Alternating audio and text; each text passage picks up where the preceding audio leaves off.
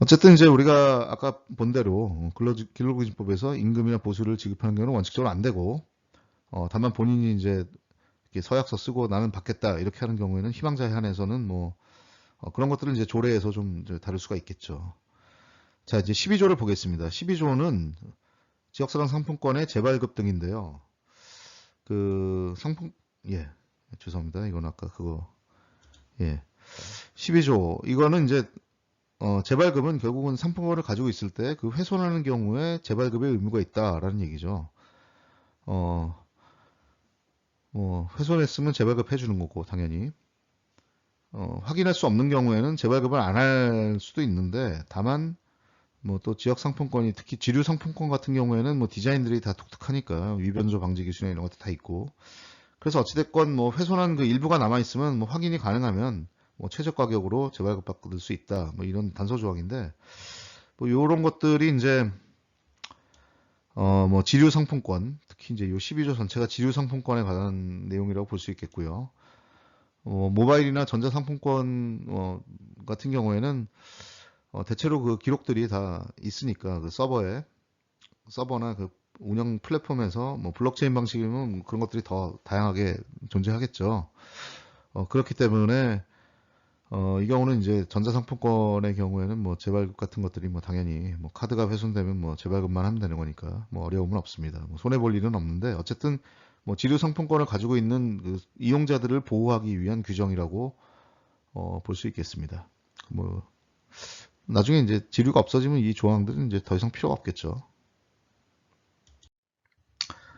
자, 이제 법의 거의 제일 마지막 부분인 단속과 벌칙 조항입니다. 뭐 이 조항 때문에 사실 이 법이 만들어졌다고 해도 과언이 아닌데 어찌됐건 보면 제17조 아유 죄송합니다. 제17조 지방자치단체의 장은 이 법을 위반하는 행위가 발생했다는 합리적인 의심이 있어 이에 대한 조사가 필요할 때에는 대통령령으로 정하는 바에 따라 판매되는 가맹점에게 업무에 관해서 보고하게 하거나 자료 제출 명령을 하게 할 수 있고 소속 공무원으로 하여금 사무소에 출입해서 장부나 서류를 검사할 수 있다. 자, 위반 행위에 합리적인 의심이 있어서 조사가 필요한 때에는 이 대령으로 정하는 바에 따라서 이것도 이제 막 하는 건 아니고 이제 대통령의 자세한 절차나 이 조사에 대한 뭐 방법이 규정돼 있겠죠. 하여튼 그 방법에 따라서 뭐 아직은 대통령령이 안 나왔으니까 이제 나중에 보면 알 텐데 어쨌든 어 관해서 이제 업무에 관해서 이제 보고를 하거나 아니면 자료를 제출하거나 그 밖에 필요한 조치들을 명령할 수 있다. 뭐 이런 얘기들이고요. 그 장부 서류를 검사할 수 있다. 그리고 이 항의 내용은 이제 권한을 표시하는 증표를 지니고 공무원이 검사해야 된다. 그 최근에 이제 이 법이 없음에도 불구하고 그 경기지역화폐 얘기를 좀 많이 말씀드렸는데 그쪽이 최근에 많이 치고 나가서 이제 여러 가지 사례들을 만드는 거죠. 그 경기지역화폐의 이재명 지사가 이제 특사경 그 특별사법경찰이죠. 그 자치단체에 자치경찰제에 있는 그 특사경들을 그 보내서 이런 것들을 이제 조사하고 이런 것들이 있습니다. 그래서 지금도 뭐 충분히 가능한데 뭐 일단 17조라는 이 근거를 확실하게 좀 만들어 놓고 구체적인 내용은 나중에 이제 대통령이 나오면 저희가 다시 한번 좀 봐야 될 것 같고요. 진짜 핵심은 사실 20조죠. 과태료를 부과할 수 있다. 이게 이제 아까 말씀드린 등록 취소 이외 등록 취소는 사실 지금도 할 수 있는 거죠. 법 없이도 할 수 있는 건데 왜냐하면 등록제를 자치단체가 조례로 운영하니까 조례에 의해서 취소하면 되는 거죠. 근데 과태료는 조례만 가지고 부과할 수는 없는 거죠. 그래서 이 과태료는 반드시 법적 근거가 있어야 됩니다. 그래서 그 법적 근거를 만드는 이 조항이 제 20조의 조항이고 제 1호에 제 1항에 보시면은 2천만 원 이하의 과태료를 부과할 수 있다. 부과한다죠. 부과한다. 다음의 경우 제 1항의 제 1호 첫 번째 경우는 6조 1항을 위반해서 지방자치단체 장과 협약을 체결하지 않고 판매 환전 업무를 대행한 자. 이거 뭐 반드시 협약을 체결해야 된다는 얘기고. 두 번째는 7조 1항을 위반하여 가맹점으로 등록하지 아니하고 가맹점 업무를 수행한 자. 환전 대행자는 자치단체와 협약을 체결한 후에 이걸 해야 되고 가맹점 그 지역 상품권을 받아서 그 물건을 팔려면 반드시 가맹점으로 등록하고 난 다음에 해야 되는 것이고 그 다음에 3호에 보시면은 제10조 1항 2조를 위반하여 환전하거나 환전 가맹점 환전을 요청한 개발 가맹점 이거는 뭐냐 3조 10조 1항 이호는 아까 우리가 가맹점의 준수사항에 보시는 실제 매출 금액 이상의 거래, 뭐 깡 포함해서 바가지를 씌우거나 깡을 통해서 수취한 상품권을 환전 요청하면 과태료가 부과될 수 있고, 그 다음에 또 4호에 보시면은 10조 3항을 위반해서 환전을 대행한, 즉 개별 가맹점이 아닌데 환전해 주거나 뭐 깡과 바가지임을 알면서도 환전을 대행해 주는 경우도 2천만 원 이하의 과태료를 부과할 수 있다. 사실 뭐 소상공인들이 뭐 과태료 한 1,000만 원 받는다 이러면 뭐 굉장히 장사하지 말란 얘기죠. 실제로 문 닫는 1,000만 원짜리 과태료로 문 닫는 데를 저는 몇 군데 봤는데, 어쨌든 뭐 이런 부정행위를 하지 말라는 이제 강력한 이 취지죠. 이 법적인 취지를 잘 지켜주셨으면 좋겠고요. 그래서 이재명 지사께서 얘기하신 이 공동체 정신, 이게 되게 대단히 중요하다고 저는 보고 있고요. 그리고 과태료의 제 2항은 17조에 따른 위반행위 조사 등을 거부, 방해, 기피한 자에게는 500만 원 이하의 과태료. 방금 전에 보셨던 그 17조에 그 위반행위 조사를 거부한 자, 방해한 자, 못하게 한 자, 500만 원 이하고요.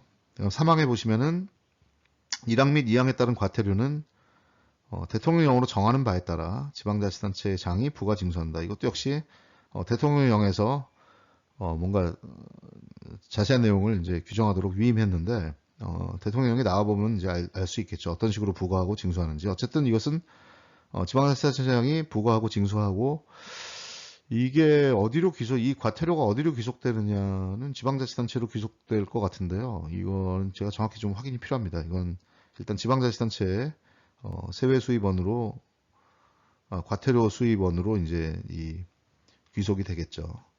요 20조 조항이 이제 신설됨으로써 지역화폐에 보다 부정사용이나 부정유통을 방지할 수 있는 좀 이 법의 본질적인 가장 중요한 조항이라고 이제 볼 수 있겠습니다.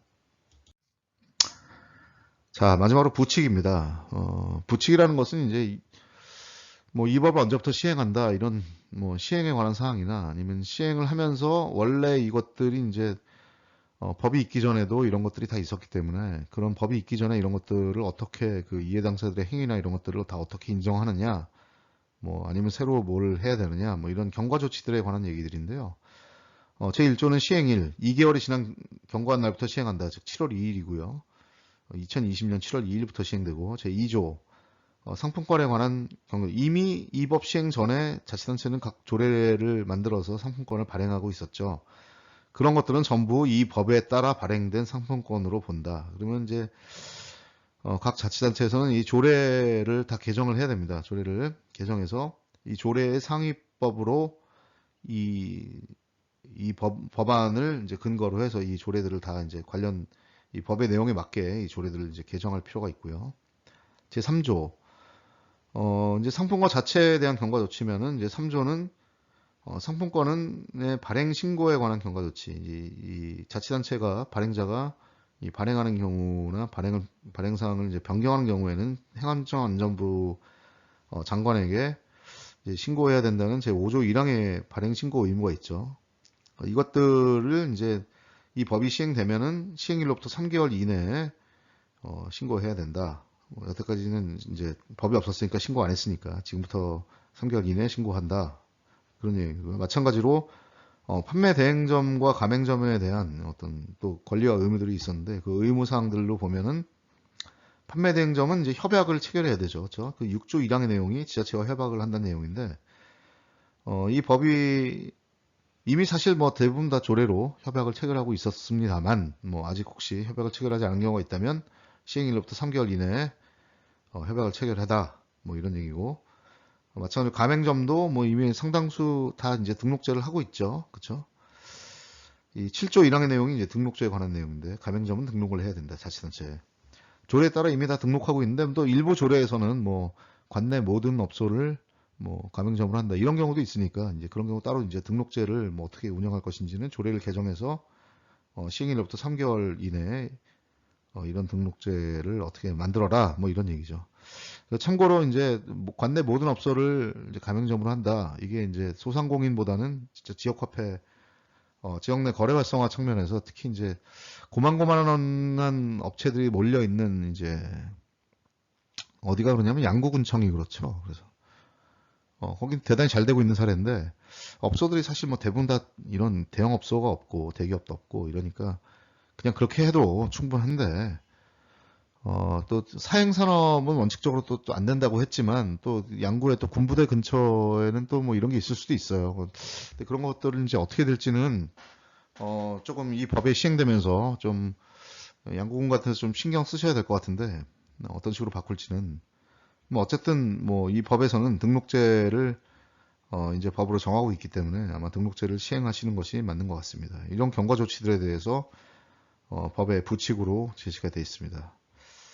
자, 이상 너무 장시간 동안 이 법안에 대한 얘기를 이제 세부적으로 하나씩 드렸는데요. 좀 주로 이제 법 조항이 무엇을 의미하고 어떤 입법 취지를 가지고 있어서 이런 조항들이 만들어지는지를 중심으로 이제 말씀드렸습니다. 그 입법 취지를 이해하는 것이 이제 저는 법 전문가, 법학 전공자가 아니지만 뭐 제가 여러 가지 이제 수년간 정책 연구를 하면서 법을 이렇게 다뤄보면서 느낀 것은 입법 취지를 이해하는 것이 제일 중요하다라는 점인데요.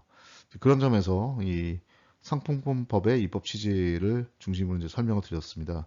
이 법의 법안이 이제 만들어진 의의는 뭐 이해 당사자의 정의, 뭐 중앙 지방 정부의 관리 체계 확립이라는 측면에서 이제 의의를 가지고 있고 특히 이제 구체적인 사항들을 상당 부분 조례에 위임함으로써 지방자치단체의 자율권을 굉장히 보장했다라는 점이 이제 의의라고 볼 수 있겠고 물론 이제 앞으로의 과제가 있습니다. 특히 이제 대통령령으로 위임한다. 대통령령에서는 또 뭐 행정안전부령으로 위임한다. 또 이런 또 세부적인 또 위임들이 있을 수 있는데 조례로 위임한다. 또 이런 것들이 있을 수 있는데 그런 것들은 이제 대통령령이나 시행령, 즉 대령이나 부령이 나와야만 좀 알 수 있을 것 같습니다. 그래서 앞으로 이제 이런 대령과 부령을 어떻게 만드느냐, 좀 원칙적인 얘기들은 법에 담겨 있지만 또 세부적으로 실행 조건에 관한 얘기들은 또 부령에 담기는 경우들이 많아서 이것도 좀 관심 있게 좀 봐주셔야 될 것 같고요. 그리고 조례에 맞게 이에 맞게 또 조례 개정하는 것이 좀 앞으로의 과제입니다. 그리고 저는 아까 이제 법안에 대해서는 뭐 할인율 근거 조항만 조금 제가 약간의